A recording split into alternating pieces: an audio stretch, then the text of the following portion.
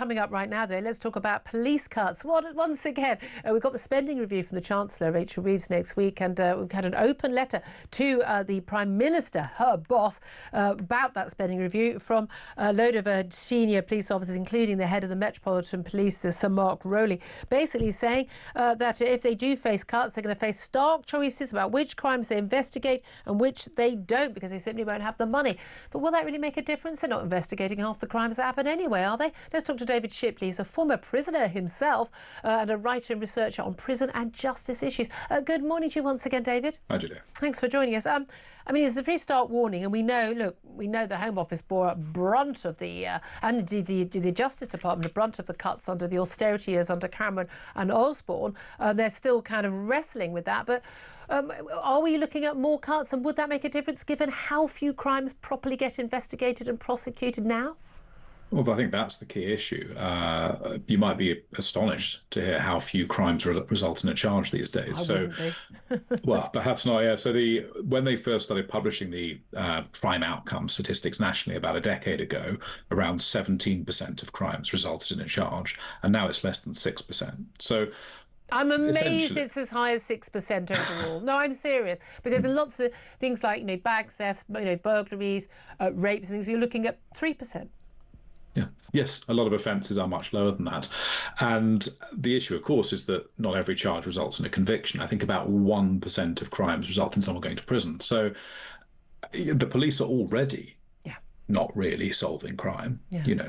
Only about 5.5% of crimes result in a charge. That means for 95% of offenders, each crime, they've got a good chance of getting away with it. And often people are told, and we've had an absurd situation. We had one constabulary that basically said we only investigate burglaries in houses with an odd number, not an even number. I mean, it was that madness level of not bothering to investigate. But often people are told again and again, I've had this before, we don't have any evidence for making, for pursuing this. But actually they don't seek out the evidence, and when I've provided the evidence, often you still have to push to have a crime investigated. We've certainly seen that with shoplifting, with phone thefts, bike thefts. I know people who've literally got the number plate of the van where this bike's been put in, but a bunch of guys didn't want to tackle it, felt too afraid to tackle it himself given the number of people involved. Police don't want to do anything about it.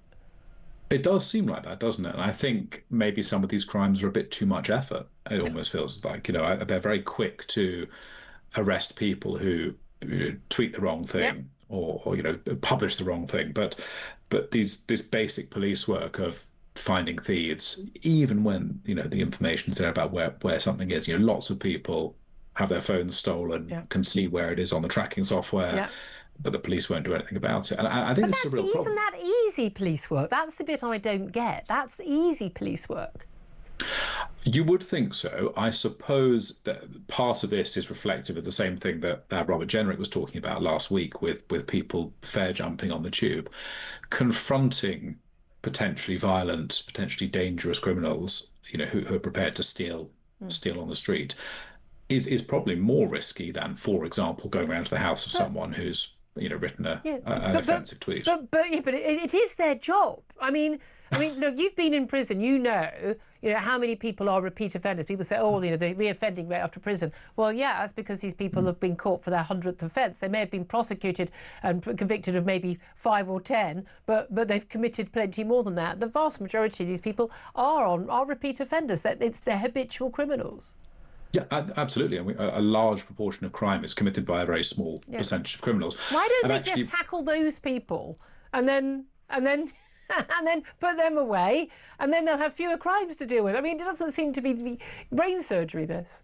No, I mean, I completely agree. I think what we have in this country now, though, is something that's called an anarcho-tyranny, which is where if you're law-abiding, you get the state bearing down on you in all sorts of ways, in regulation and things that stop you living your life. But actually, the state is at the same time not doing the basics of keeping us safe. Low-level violence and disorder is allowed to run rampant. Just yesterday, this awful story of this pensioner, Robert Price, who was killed in his home by 3 teenagers who threw fireworks into his house and set fire to it at the end of a campaign of harassment. I mean, and people are having to live like that. I'm so sorry time is against us. I know we'll speak to you again very soon, David Shipley. Your wealth of experience is so useful to us. But again, I think a lot of people just find this all utterly perplexing, don't we?